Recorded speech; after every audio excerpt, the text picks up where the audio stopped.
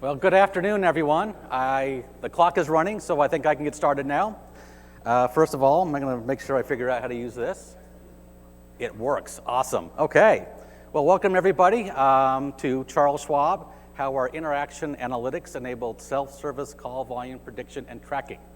That title's always been a bit of a mouthful, and I actually didn't write that title. That was written by one of my coworkers for me. So then that's the one that got me this gig, I guess. But my name is Robert Dahl. I'm a member of the Interaction Analytics team at Charles Schwab, and I'll be running you through this presentation this afternoon. To start, I'm going to talk a little bit about myself, give you a little bit about my background. I am a 20-year Schwab veteran, which means I'm getting old. Been using Tableau since early 2017.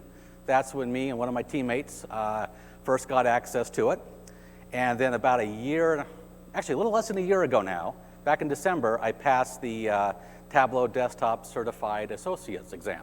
So I guess it means I kind of know a little bit what I'm talking about. Thank you. Appreciate that. And I was just thinking yesterday, and I was talking to a couple of Schwab's Tableau representatives, and it kind of dawned on me that literally 3 years ago, I didn't even know what Tableau was. Never heard of the Tableau conference. And yet, here I am 3 years later, speaking to you all today. So I guess that means that look what I've gotten myself into over the last 3 years. Now, I actually don't go by Robert. I actually go by Bob. So if any of you have questions afterwards, you can address me by Robert. I might not know who you're talking to. So you can call me Bob. Some of my other names I might respond to is Darth, because I am the resident Star Wars fan on my team. So happy to talk Star Wars with you guys as well. Also sometimes referred to as Bob Dole, because, well, that's what my name sounds like. And I'm occasionally referred to as Carlos the Jackal. And if you check out my Tableau public profile and look at one of my dashboards on there, that might answer the question as to why I am known as Carlos the Jackal. But I'm going to dive right into this, because I got a lot to talk about, and I have that ticking clock. Here's what we're going to talk a little bit about today. So the first thing we're going to get into is going to answer the question, what is interaction analytics? And next, I'm going to get into some of our team's pre-Tableau challenges. What led us to start to really integrate Tableau into our daily work. Then really the big topic, and this is the topic that's responsible for me being here today, and that is the call topic trending dashboard. I'm ruining the day that I ever built this thing, but it's really our first foray into using Tableau on a daily basis. This is what really helped me and one of my teammates really upskill in Tableau, led us to the certification and so forth. So we're going to spend a lot of time there. Going to talk a little bit about the dashboards that the first one spawned. I call them the sequel and the spinoffs. And then finally, I'm going to get a little bit into our predictive analysis, which was done by one of my coworkers, one of my teammates. So I hope I do him justice with that part. And then finally, if we have a little bit of time left, maybe a little bit of Q&A. So, and I want to just, this particular slide right here, this is the warning. I put this slide in for our compliance department so they wouldn't freak out too much when I showed them the dashboard to get approval. The dashboards I show you are real. I mean, they exist, but obviously they have data that's confidential to Schwab, so I either made fake versions for fake data, or I just redacted stuff, so I'm not giving away any secrets whatsoever. And that made compliance happy. They had hardly any edits for me. So getting right into it, what is interaction analytics? So when people come and ask me what I do for a living, and I say I'm on the interaction analytics team at Charles Schwab, and I usually get a lot of blank stares with that. In fact, my wife, Robin, she can't really tell you what I do. If my parents can't tell you what I do. They say, well, he works at Schwab, did something with data, but we don't really know. So I'm going to try and demystify that, and if they get to hear this presentation later on, maybe they'll finally know what I do as well. So to start, I want to talk a little bit about my team. And here they are. And so just going to go down the row. So from looking at the picture here, so this is my right to left, just so we know. This is my team. We have Adam Leppart. He's the guy in the gray coat. He's out in Indianapolis. Then the guy next to him, the sunglasses, that's John Sequist. He is my Tableau partner in crime, so I'm going to mention him a lot today. And he's down in Phoenix. Then, of course, in the middle, and the most important spot is yours truly. I'm out of Denver. Go Broncos, which is kind of hard to say this year. Then we have John Taylor. And then the last one there on the left is Mark Fowler. He's out in Austin. And he is actually our Alteryx guru. And I'll mention him a time or two as well. Not pictured here, because this isn't quite the whole team. Not pictured is my boss, our wise and benevolent leader. He's the one taking the picture. His name is Jason McBride. He's in Austin. And we recently added to our team earlier this year, William Kincaid, who is out in Dallas. So as you can probably kind of guess, we are a very geographically challenged team. This picture is the last time, this was taken about a year ago, actually exactly a year ago, was the last time we've all been together in one place. So it's always kind of a challenge, but something we've overcome over the years. What's also unique about my team is it's our career path, our history at Schwab. In that picture is about 70 years worth of experience at Charles Schwab, and we all have very similar career paths. All of us started on the phones, serving our clients. All of us then moved into quality assurance, so we were basically helping others help our clients. And then after a few years of doing that, we all ended up starting up the analytics team about 6 years ago now.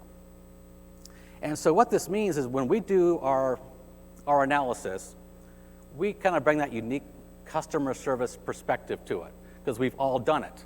We've all been on the front lines. We've all been helping our clients. So we have a unique, I don't say ability, but a unique perspective to the voice of the client. And that is really ultimately what we do. Here is our team's mission statement. I'm not going to read all this, but you can see right in there, our mission, our job is to analyze the voice of the client. What that means is we determine why clients are calling, what roadblocks do they encounter when they call us, and then how can we help them overcome those roadblocks to create a better overall client experience.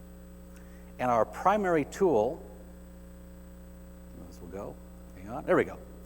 Our primary tool to do this is interaction analytics, also known as speech analytics. And I'll probably end up using those terms interchangeably throughout the course of this presentation. In fact, I may just slip into lingo and just call it speech. That's what we refer to it as on the team. So if you hear me say, we go to speech and do this, I'm referring to interaction analytics. So what is it? Well, interaction analytics is software. It's a program that records and transcribes all of our client phone calls to the contact centers. What it does then is that it takes those transcriptions and categorizes them based on keyword searches that me and my team have built out. And there's over 80 of these categories covering a wide variety of call topics and behaviors. So call topics might be things like account administration or move money, trading, what have you. And some of the behavioral type categories are going to be things like client confusion or client effort. Or the one I'm going to show you here, the example, is the emotions category. You might gather from our kind of unhappy emoji here, is the emotions category is designed to look for calls where clients might be upset. And so they're using to quote Mr. Spock in Star Trek 4. They sometimes use those more colorful metaphors. And now I can't use that language in this presentation, otherwise it might not have passed the Tableau scrub over the weekend. But if you use your imagination, you can probably guess what words actually make up this category. And you know, I'm a BYU grad, so you can kind of guess those are less language that, at least in theory, I shouldn't be using. All right, so speech analytics is our primary tool, but it's not our only tool. Over the years, as our team has evolved, over the last 6 years, we've begun to join in other sources of data to paint a more complete picture of the client experience.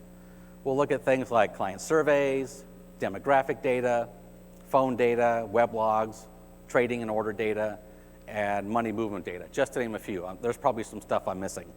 But that at least kind of gives you an idea of how we've expanded beyond just our the initial program our team was created to use to learn about that client experience.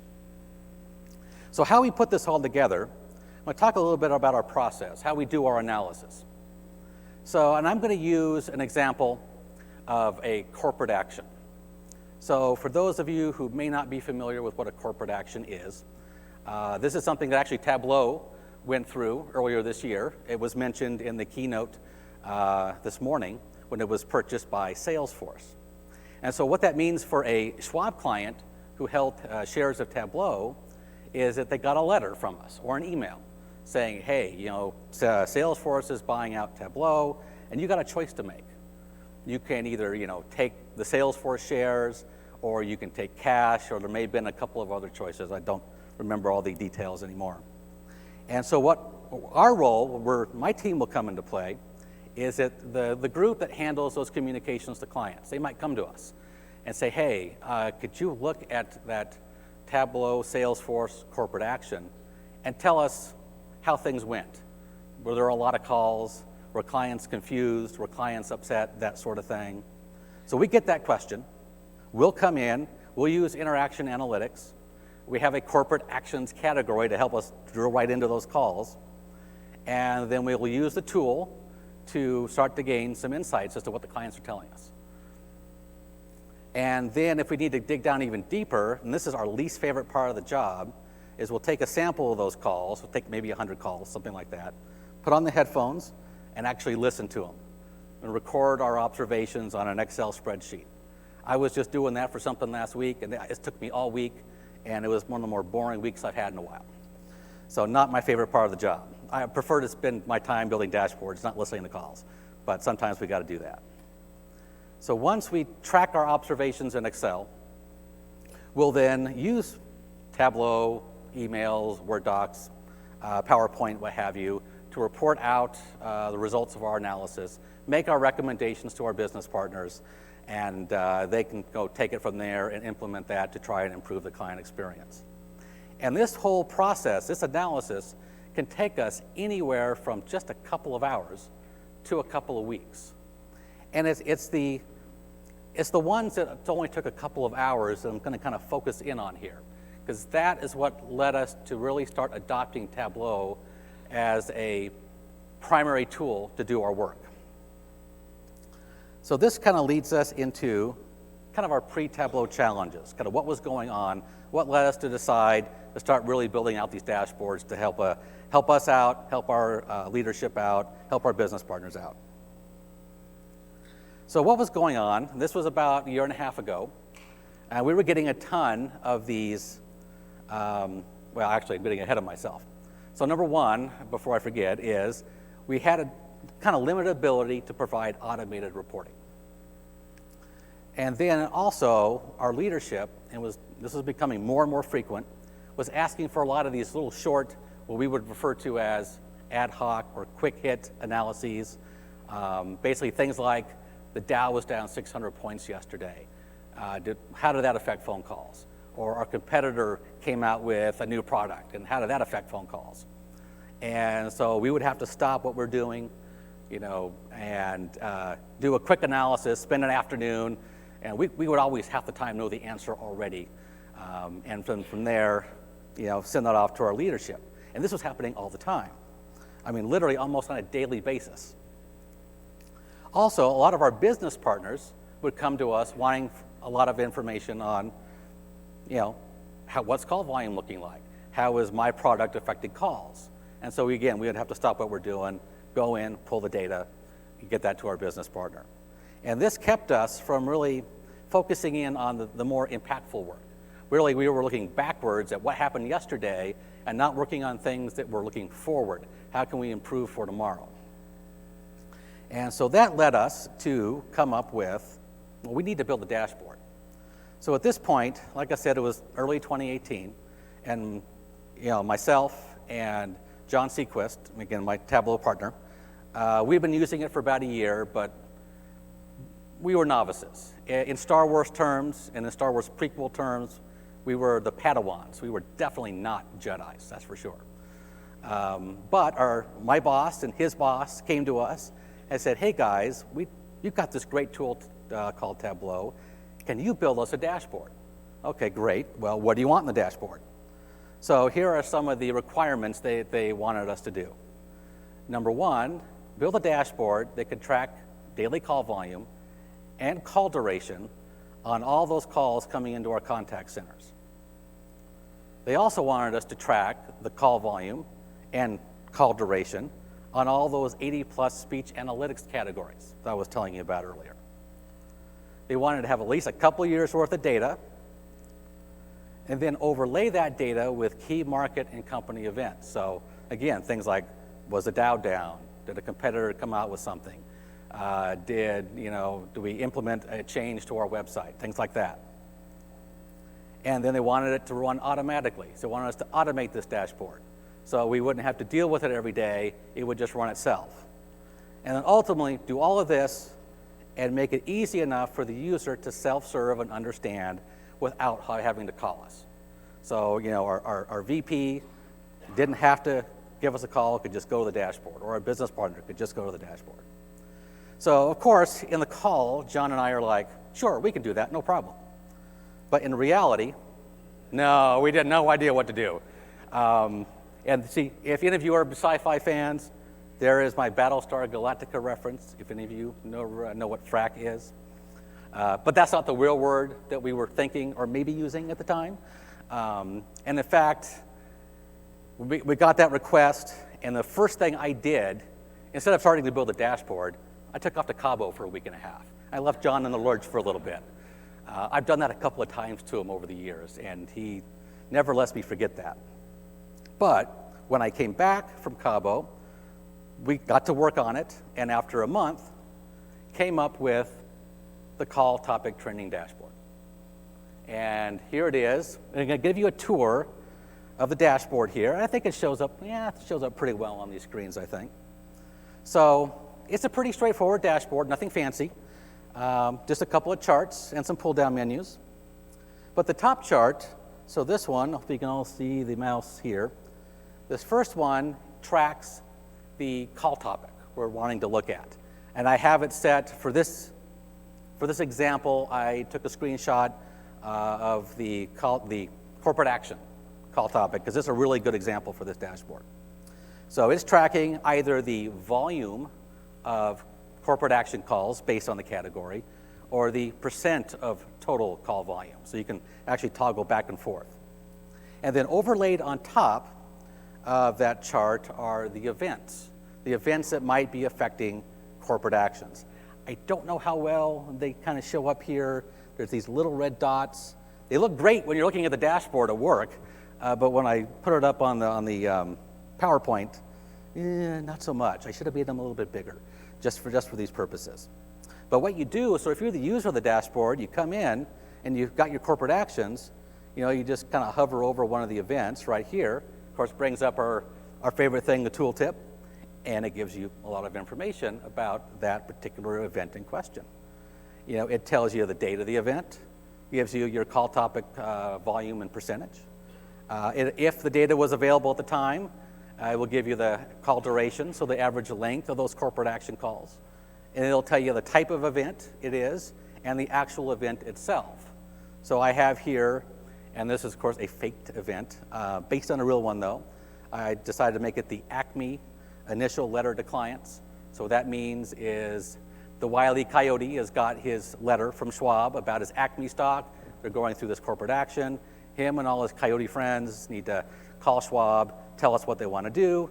As we can see, after that particular event, call topic goes up, or the percentage or the number of calls on corporate actions goes up. And then we can kind of track that over time, and then once the event is over, we'll actually see several, I didn't want to go backwards. I'm getting ahead of myself. Got to be careful with this laptop. So once the event ends, and I have a few events that are kind of going through here, all those were related to the same corporate action, Once it's over, call volume kind of returns to normal. We go from there. The bottom chart we put in, this is the overall number of calls coming into the call center on a daily basis. So we're tracking the daily call volume. It's overlaid, the red line on top there, that is the average call duration. So the average length of calls overall. So the user, when they come in and they're looking at their corporate action call topic, they can kind of just see how that may or may not be affected by calls overall. How much longer are those corporate action calls versus an average call? So that kind of might be a bit of an issue, if it is an issue. And how you navigate this is kind of what I'll kind of get into here in a couple of slides, is we gave them some instructions, so kind of right around here. Then there are two drop-down menus. One that says category group, and the next one, category. So this kind of helps the user kind of drill into the category they want. The category group will just give you a list of types of categories, not the categories themselves. But someone at Schwab is going to know a corporate action is a market or trading related category. So they select the market group, they go to then the category drop down, and then all of the categories related to markets will be there. They can find their corporate actions and they're good to go. So we wanted to do it this way, and instead of just giving them one big long list of 80 plus categories they would have to kind of look through to find the one they want. Maybe make it a little bit easier for them. A couple other things you can do to kind of drill into the data how you want to. You obviously can choose your time frame. I have the time frame for this example was set at 500 days, but you can make that shorter or longer as you so desire. You can change, again, the call topic data from either total volume of that call topic to a percentage of calls for that call topic. And the last one we threw in there kind of at the end is lets the user, these little radio buttons, lets the user toggle between looking at a view that just gives Monday through Friday, so weekdays, business days. But since Schwab is a 24/7 operation in our phone centers, the user can select to view all days. We don't default to that because when the weekends come in, the call volume all drops off. The call topic chart gets a little funky. But some may want to see what's happening on a weekend, and they can choose that option. So that's a quick tour of the call topic trending dashboard. So what do we have to learn? What were some of the skills that John and I had to develop to build this out successfully? So we got together, him and I, and started kind of figuring it out, mapping out what we wanted to do. One of the first things we realized is we actually weren't going to be able to just use Tableau all by itself. We needed help. We needed help from Alteryx. So that's where our coworker, Mark Fowler, so remember that guy way on the right? That's where he came in to help us out to kind of get us started with the data. He was just kind of getting into Alteryx at the time, starting to figure that out. He's gone on to become this super guru who can build workflows like, I can't keep up. I'm trying, but I just can't keep up with what he does. It's amazing. But what he had to figure out to start is, number one, he had to figure out how to connect to our speech analytics data in our data warehouse. So this is something we actually really hadn't done all that much up to this point. We'd always just gone into interaction analytics, the tool itself, pulled data from there. But that's not you can't do that. You can't do that on an automated basis. So we had to go into our data warehouse where we keep a table of that same data, and Mark figured out how to connect to that and pull that data out. He then joined it with a spreadsheet we put together to track all our events. So he joined that data together. And then he did a great job shaping the data in a way that made it easier for John and myself to actually build out the dashboard. The data, the speech analytics data in that data warehouse was kind of funky. And in a different format from what we had been using in the actual speech analytics tool itself. And it didn't seem to work well with Tableau. We had all kinds of issues trying to figure that out. But he did a great job shaping it and making it something useful for us, and then he handed it off to me. So then I did two more things in Alteryx. So I'm going to give a little props to myself. I upskilled in Alteryx as well, not just Tableau, is I figured out how to automate this workflow. So it'll run every day. So it'll ping, it'll pull the data out of our data warehouse and update the dashboard on a daily basis, which for the most part it does pretty well. Every now and then something kind of, there's a little hiccup and I got to go fix it, but for the most part, I get to let it be.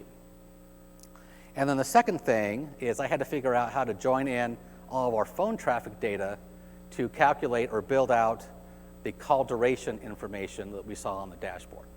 That was not in our speech analytics data we had in our data warehouse, so I had to bring that in. That actually came in a little bit later. That came in version 2.0 about 3 or 4 months later. But that's what we did in Alteryx, and that's all I'm going to talk about Alteryx here. This is the Tableau conference. I mean, I could literally, if I showed you the workflow, I could probably be in here an hour just talking about that.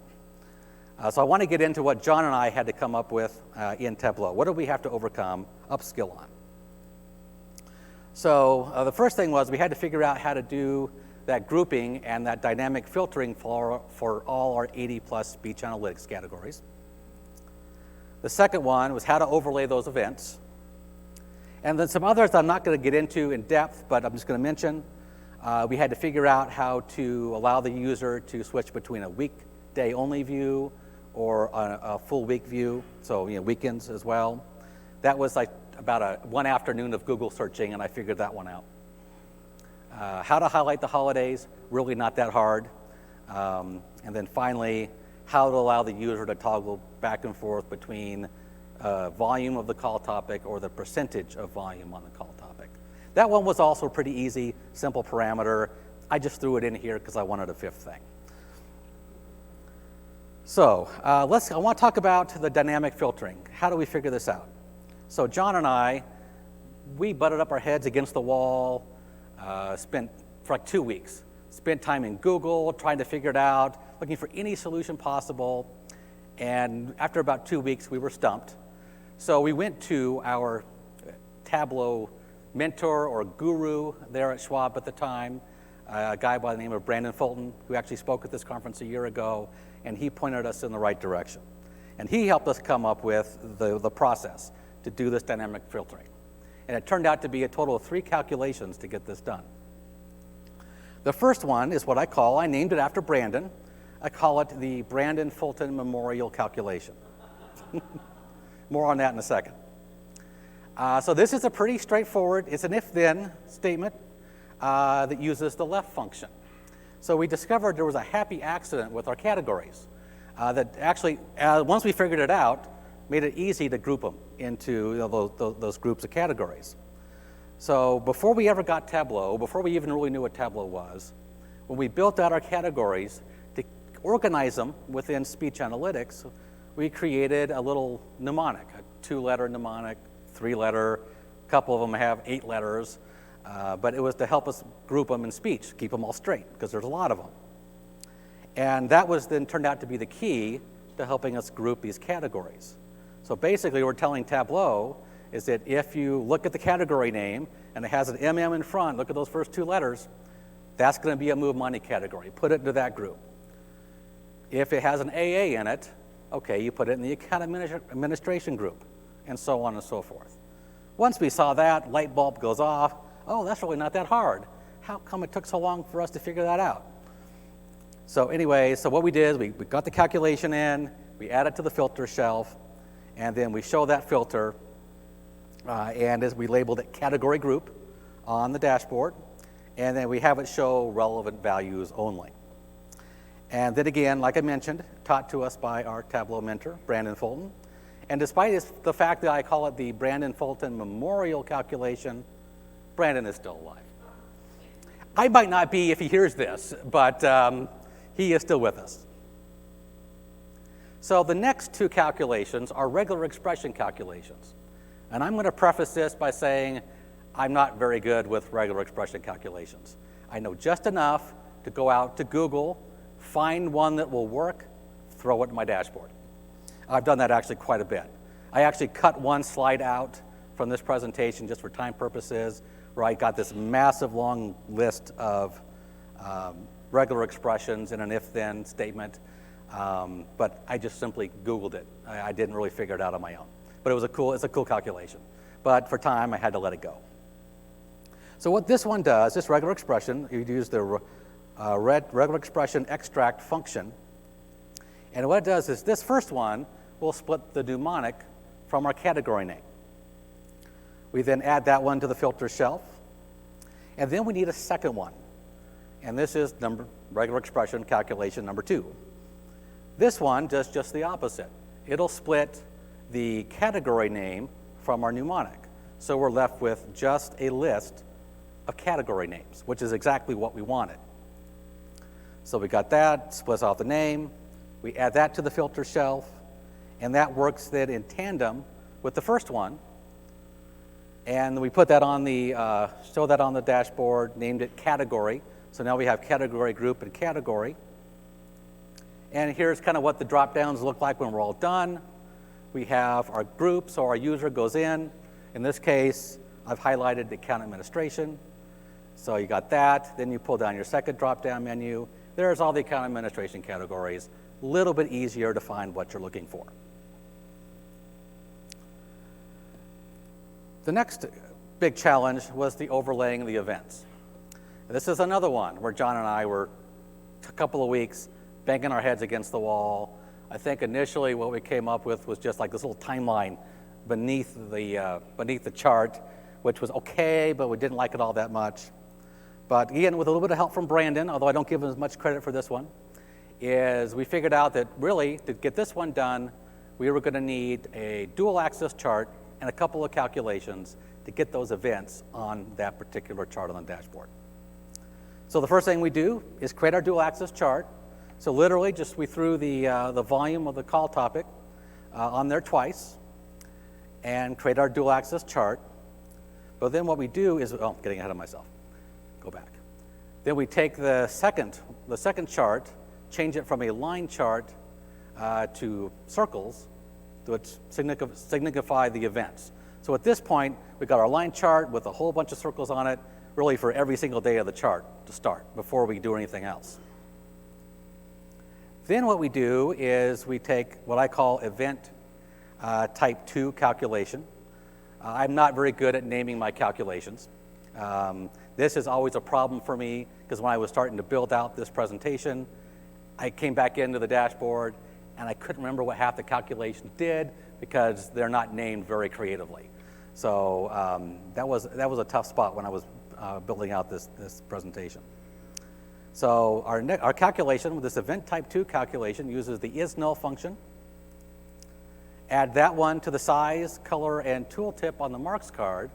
And so what this one does is for the category in question, if there's no event, it'll eliminate all the circles where there's no event, and we're left with markers for each of the events related to our category. And then, of course, with the color and the size, we can change the size, make it bigger or smaller. I should have made it bigger for this presentation, change the color and everything.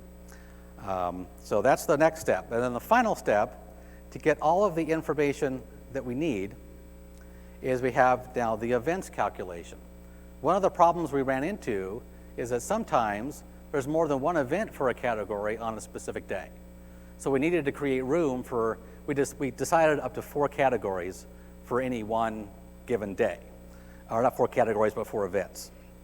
So we use the isNull function again, but put that into an if-then statement, and then allows us, so if there is more than one category, it shows up in the tooltip and gives us, so we'll have the event, the category type, and then we'll have event number 1, event number 2, and so on and so forth.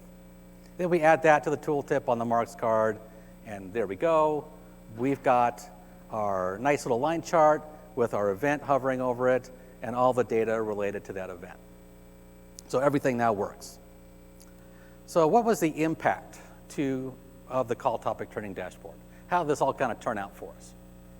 So I'm going back to an example of the dashboard, and I'm actually breaking a rule. When I looked at the speaker notes or the best practices, they said, don't put text over your dashboard on your slides.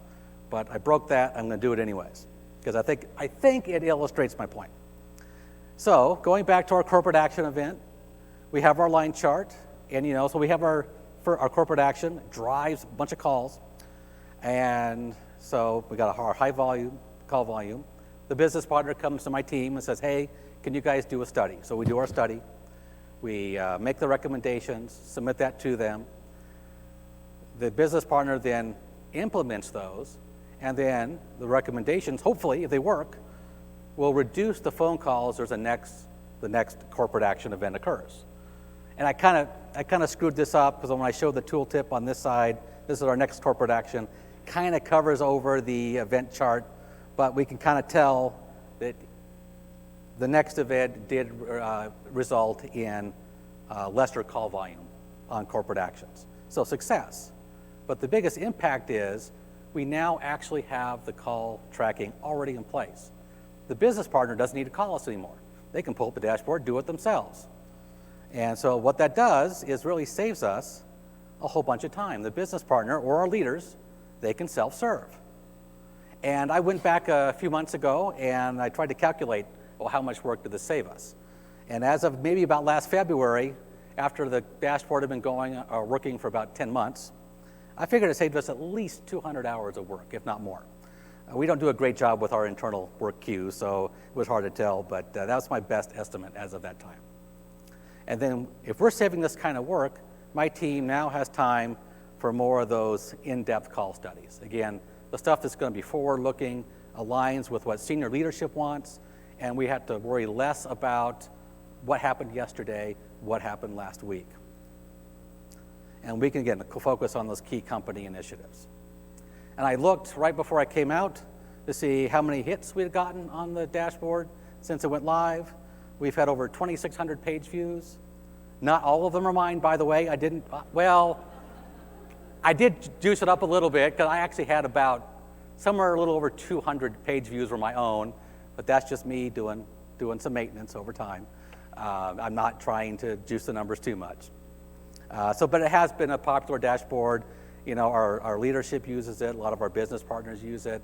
A couple of times when the data, the Alteryx workflow is broken, I get calls pretty quick. It's like, the dashboard's not working, what's going on? So, and of course I have to go in and go fix things. But fortunately, not that often. It doesn't take a lot of work on my part. So that was the call topic turning dashboard. And so a couple of the other impacts, and before I move on, is I've already alluded to this earlier, is not only was there impact to my team, impact to the business, but there was impact personally for myself and John. Because, you know, we upskilled. We learned a lot more about Tableau, became a much bigger part of our roles on our team. And, you know, I went on to pass the desktop certified associate exam. John passed the specialist exam a few months ago. So now my boss has got 2 certified Tableau guys on his team. He's really proud of that. Loves to spread that around. So he's pretty happy about that. So there was personal impact, not just impact to the team or to the company. But there was additional impact. I didn't even think about this until recently, even after I built this whole thing out, this whole presentation out, is that when leadership sees something they like, what is it do they want if they like something? Well, they want more of it. They saw, ooh, neat dashboard. Can you guys build us more dashboards? So I'm going to talk about a couple of more dashboards that we've built out. So I'm not going to get into this first one too much, but I got one I call the sequel. The reason why I'm not going to get into this one too much is because it really is a sequel. It is literally a dashboard that tracks the very same data that the first one does, but just simply puts it in a different format. So our senior VP, he looks at data differently. He saw this data kind of like this on a spreadsheet and came to me and says, can you do this in a dashboard? It's like, okay, sure, I'll do it, absolutely. So I built this dashboard out. And I'm not going to do a tour or anything, but it's just simply he likes this tabular format. He likes the heat map format. And so I built this one out for him. And this gives some kind of year-over-year trending. So it's got 2009 or 2019 data. It has 2018 data. Makes it easy for him to kind of go back and forth and compare. Are we moving on key company initiatives, on key categories that he's watching? Are we seeing improvements? Are we seeing lower call volume? And for this one I developed back in May of this year. That's when it went live. And this had is close to 1,000 hits, views as of this point. And for our senior VP and his leadership team, they use this one quite a bit. This is their go-to dashboard when they want to quickly check some sort of company initiative. how are the phone calls tracking? And he's had me add a lot to it ever since. This actually is an older version. I've done a lot more to it since this time. So, but that's the first one. That's the direct sequel. Then I have the spin-off. So the first two dashboards were focused on all the data, all the speech analytics categories. This one here is going to just focus on one. So, and this one is called the trading dashboard. I can't speak anymore. The trading dashboard. So, we'll preface this one. At Schwab, there's many ways clients can place trades with us. They can call in, which this dashboard doesn't track them calling and talking to a representative. But there are a lot of electronic channels which our clients can use to place trades. You know, things like the website, active trader platforms, the mobile app, so on and so forth. And so the team that handles all these trading platforms, you know, they saw a couple of our earlier dashboards. They saw the call topic trending dashboard. And they thought, wow, that's cool. Can you guys build us a dashboard? And we want to build a dashboard that tracks how often clients are calling when they are using one of our trading platforms. And this is the result. What this one attempts to do is, we came up with a KPI to track. We worked together with that team to come up with this figure, which basically is, we're trying to track for every 1,000 trades that are placed on one of these trading platforms, how many calls does that generate to the call center? So it's the calls per 1,000 trades for each one of these platforms. And so I came up with these half donut or gauge charts to try and provide a visualization for that particular KPI. And that's kind of what I want to get into today. So I'm going to go to the next slide. I'm going to show you kind of how I built those out. So donuts, we all love donuts. I actually have grown to dislike these charts simply because they're cool looking, but they're kind of tedious and a pain to build. But I'm going to show you how I figured out how to build them anyways. So basically, the challenge here, and this is one I did on my own, was to create this half donut or gauge chart that changes colors based on our underlying KPI. So we can see on this example, if the KPI is under 25, so in this case 15.22, our number is in blue, our gauge chart is off to the left side, and it's in blue. If the number goes north of 25, our business partner wanted to see that number in red. So it kind of highlights for them, okay, we might have an issue here that we need to address, or at least keep an eye on. So how did I build all this stuff out? Our solution is to cut the pie into 6 slices, and then create a separate calculation for each one of the slices so that only 4 of them show at any given time. So let me kind of run through this here, kind of see if we can make sense of this. So one of the challenges, what I ran into when I first tried to figure out how to build this out, because I'm basically using a pie chart. And I started Googling it, and the thing I quickly learned is that on any pie chart, Tableau follows pie chart best practices. And any pie chart has to start at the 12 o'clock position, so like this. And I thought, well, this is great. This doesn't help me out at all. How am I going to make this chart happen? I've seen other people do it. I saw examples on the internet. How can I make this work? And so what was the obstacle actually also ended up being the key to the solution of this. Is basically you're manipulating each one of those 6 slices in your pie chart to make it look like it's not starting at the 12 o'clock position at all. So I'm going to run through the example. So on the upper pie chart, our KPI is at 15.22. So actually I'm going to use the mouse. This might work better. So we actually start here. Our first slice number 1, as you can see, is not even there. The calculation, this is an example of the calculation down here. But the calculation for this particular slice goes to 0 if our KPI is under 25, and it doesn't even show. Then slice 2 would then come out to be 25, and it takes us from here to here.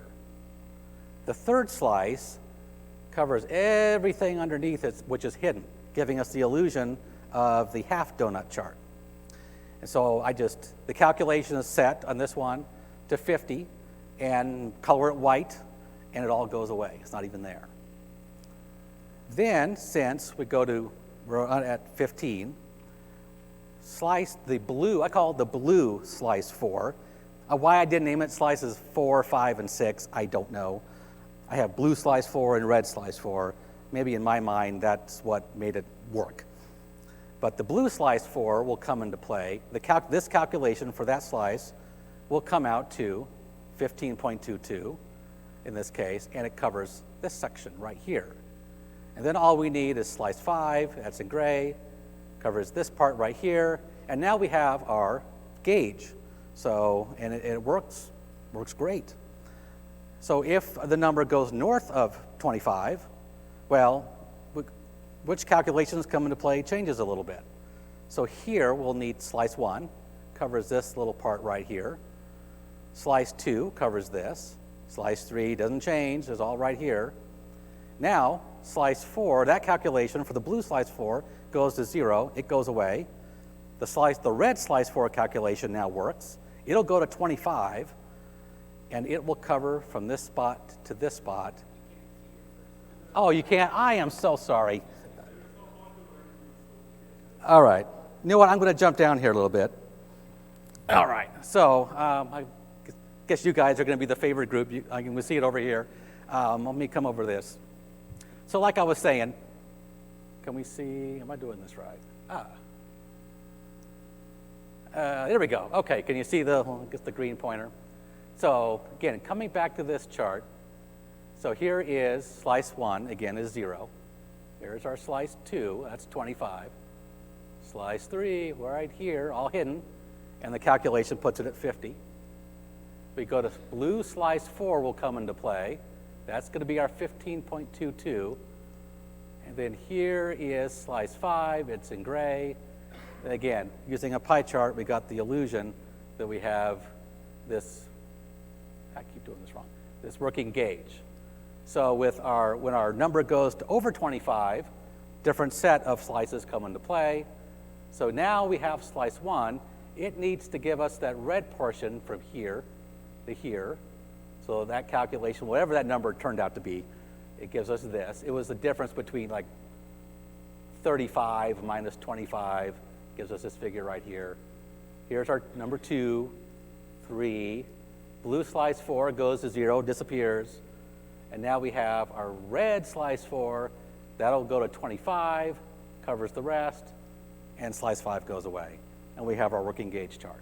So it looks really cool when you're on the dashboard, and the dashboard itself, you could look at it weekly, daily, monthly, but changes as our trading volume changes and the number of calls changes. So if our business partner is seeing this red and is seeing it like on a daily basis for several days on one of their trading platforms, they can say, hey, we got a problem. I better call the speech guys, tell them to do a study, tell us what's going on with that particular trading platform. And like I said, these are real tedious to build, drove me nuts, so I'm in no hurry to build one of those ever again, or at least not anytime soon. So that is, anyways, the half donut chart. Definitely wanted to talk about that one. Make that go away. Okay. Now I'm having technical issues. Get. All right, half donut chart. All right, so let me go through that real fast. I knew that would happen at some point. Okay, one more thing to talk about here. So we're not quite done, is I want to talk a little bit about the predictive analysis we've done. Now, to preface this, I mentioned earlier, this is something that my partner John Sequist has pioneered. He is the guru on this, not me. So I hope I do this justice for him. If he ever hears this and I screwed it up, he'll kill me, but that's okay. So we're coming back to our corporate actions. The reason why I've used corporate actions throughout this entire presentation is really leading up to this, is that we've done our predictive analysis on corporate actions. So what John's done is he's used Tableau's cluster analysis to both help them predict call volumes based on data collected from past events, and then also to find process improvements for these corporate actions as well. So what John has done, and I've helped him with a little bit of this, is he has really studied a lot of these corporate actions. He is our corporate action guy on the team. So he's going, literally, when these happen, there was a stretch where every one of these, he'd go in, listen to a sample of calls, make his observations, figure out, why clients are calling, what's going on these corporate actions to really make our communications with clients a lot better than they have been. And some of the data he's collected are things like, call volume. He's figured out call volume for each of them. He does offer complexity. So these offers, sometimes are really simple, and the client gets the letter and it's really easy to figure out and there's no big deal. Others are really, really complex. And even a seasoned 20-year Schwab veteran like myself, or John, he's been around about 10 years, we can't figure these things out sometimes without having to talk to the experts. And so sometimes clients are having to deal with this. So he gives it a complexity score. He'll grab some additional data. The other big one is percentage of shareholder calls. So he looks at how many shareholders we have of that particular stock and how many of them actually called about the corporate action. So what he does then is he takes this, throws it onto a scatter plot. And the example we have here is for voluntary actions. So there's really two types. There's voluntary and there's mandatory. So voluntary, the client doesn't necessarily have to do anything. Those tend to be a little bit easier. It's the mandatory ones that really can give clients some trouble. But the example he built on this slide for me was the voluntary ones. So the first thing he does is puts them on the scatter plot, and he's doing the cluster analysis to figure out which of these corporate actions kind of fall within an expected range. We would expect they're going to be here, they fall within that range, they're good to go. It's the outliers are the ones that maybe we need to dig in a little bit deeper to find what those process improvements might be so we can head off future issues. What he then also does is uses this to predict his phone calls. So he goes into, uses the analytics tab, just pulls over the linear regression onto his scatter plot. And then what he does with this, so this scatter plot has on the bottom, it has the y-axis is percentage of shareholder calls, the x-axis is number of shareholders, but he takes it one step further before he does his regression. He actually then filters it by that complexity. So, you'll just do the 5s, so the really complex ones, or maybe the 2s, the ones that are a little bit easier. And then once he filters those out, he does his regression, he actually got some ridiculously good R-squareds, which indicated, hey, we got some correlation going on here. And he's able to take that and then predict call volumes for an upcoming corporate action that's similar to the ones we've studied in the past. So he takes like the 5s, he does his he's got his regression on the 5s. He then sees a 5 is coming up. He'll predict the outcome, how many calls we're going to get, based on the previous, difficult number 5 corporate actions, and then make his forecast. And in some cases, he's gotten his forecasts within plus or minus 0.5%. And in fact, every time he does, I hear about it. I get the IM. It's like, wow, I predicted 4,000 calls, and it was 4,010. I am awesome. So I'm, of course, rolling my eyes. You're great, John. We all know you're awesome. But no, it's actually really impressive. I mean, some of these have just come in almost right on the nose. And so the impact, where this really helps the company, and here's our impact of this predictive analysis. So what John does, again, I kind of mentioned this, is he classifies the corporate action, voluntary or mandatory. He then factors in some additional details. He's got his level of complexity, determines the number of shareholders, factors in time frame, because that can be a big factor. And then he makes his forecast. And then he just happens to sit right next to our capacity planning group there in Phoenix. So he takes that number and says, hey guys, we got this corporate action coming up. I'm expecting 4,000 calls. So they can then take that number and they can add that to their forecast for our overall call volume, and that helps them then properly staff our call centers to make sure we are there to answer client questions. And we don't get caught flat-footed with not enough people on the phones if we have a really crazy one of these and then people are waiting on hold forever. So this is where this has really come into play. So we're not only improving on processes, making these things easier for clients, we're helping our capacity planning folks prepare for the calls that are coming so we can be there to help our clients. So that's really pretty much the presentation. What I hope you guys take away from this, just kind of a recap. Hope you kind of learned a little bit about the role of interaction of the interaction analytics team at Charles Schwab. You've learned how we've leveraged Tableau to do that self-service call tracking. The one that's most important to me is I hope at least just one of you has maybe picked up a new skill, maybe a new calculation, something you haven't tried before that you can take back to what you're doing and incorporate that. If I even get through to one person, I'm super happy. If the rest of you didn't learn anything, I don't care. I just want one person. And then finally, you got a look at some of the predictive analysis we're doing. We're still new with that, but I tell you, it's something that has had an impact on the company. And so with that, that's the presentation. I've got, wow, 4 minutes, woohoo. I was worried I was going out of time.